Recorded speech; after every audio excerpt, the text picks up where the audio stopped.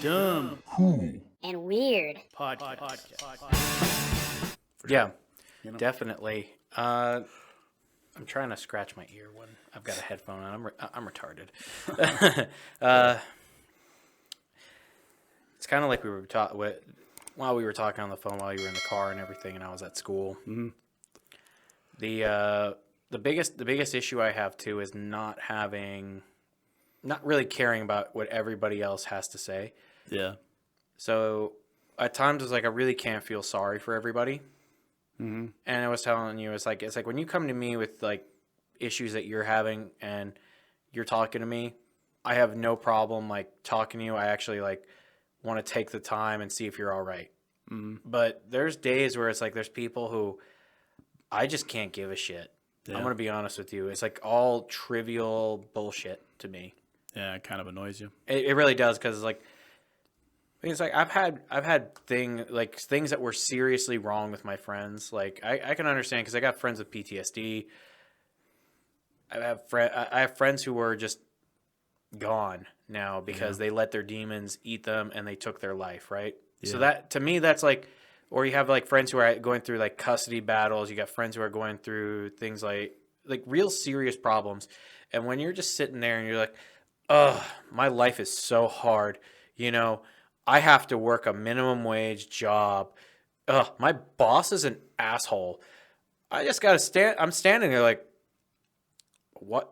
These aren't real problems, man. Yeah. I'm okay with you like venting to me, but do you have like a real problem, or is this just like you bitching about life? Because I've gone blind before. I've almost died a few times. It's like, what are you trying to get at? Is like there was a day that I honestly thought about taking my own life, and I just didn't do it. You know what I mean? I was like, and then I looked at myself. I'm like, man, you're fucking stupid. Why would you think about that? Well, it's the same thing with me too. Like, I hear people talk about how unfair their life is, and then they tell me that they still live with their parents, and I'm just like, I look at them, I'm like, I haven't lived with my parents since I was 17, 18 years old. I mean, I've been on my own since I was basically a child. I mean, being 17 or 18, let's be real, you're still a fucking kid, you know? Oh yeah. So, I mean, shoot, it's honestly wild when you're older and you're going into the military and you see like a bunch of like 18-year-olds and like 17-year-olds and you're just like, yeah.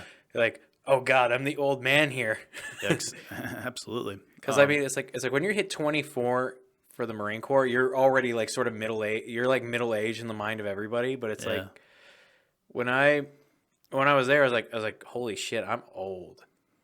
But at the same time, you really do see those challenges with like these young kids being out on their own for the first time ever. Yeah. But at the same time, they handle life so much better than people who are living at home with their parents.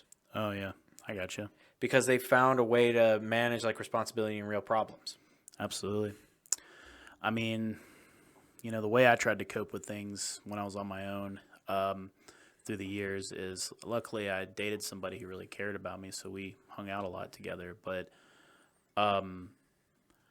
I really got into doing drugs and alcohol a lot when I was younger, between the ages of 18 and 23. And, for all the men that are listening to this, I don't recommend that as a coping mechanism because it doesn't really lead to anything good. And it can actually lead to you doing things that you wouldn't normally do, which that was me.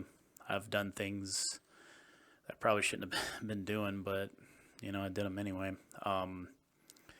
It's one of those things, I just want people to understand, mainly guys, I want you to understand that, like, the best thing you can do in life is to try to find some kind of career, try to find something that makes you happy, and try to find a partner that makes you happy.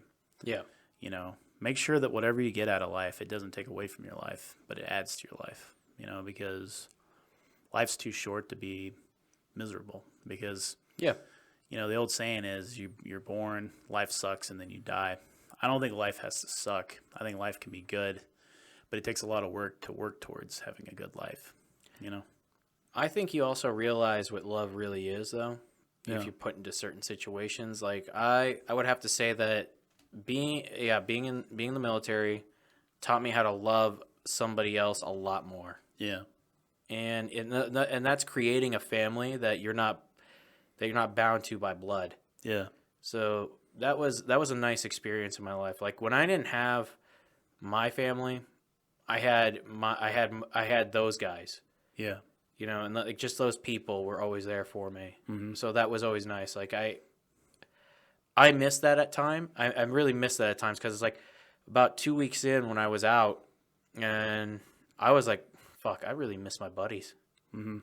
You know, you can always Skype everybody and everything. It's not the same as seeing them every day, Uh-huh. and maybe like showing up to work, and your buddy shows up with a pack of smokes and a fucking energy drink.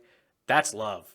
If you want to check out more of our stuff, go to www.dumbcoolweird.com. You'll find our Facebook, Twitter, YouTube, Instagram, and Patreon link if you want to support us. Also, be sure to check out our merch store. And if you're interested in being on our podcast, you can find a link on our website so you can reach out to us and tell us if you want to talk to us about something that's really weird, dumb, or cool. We'd be glad to hear from you. Hope you will stay tuned for the next weird ass episodes we got. Thank you.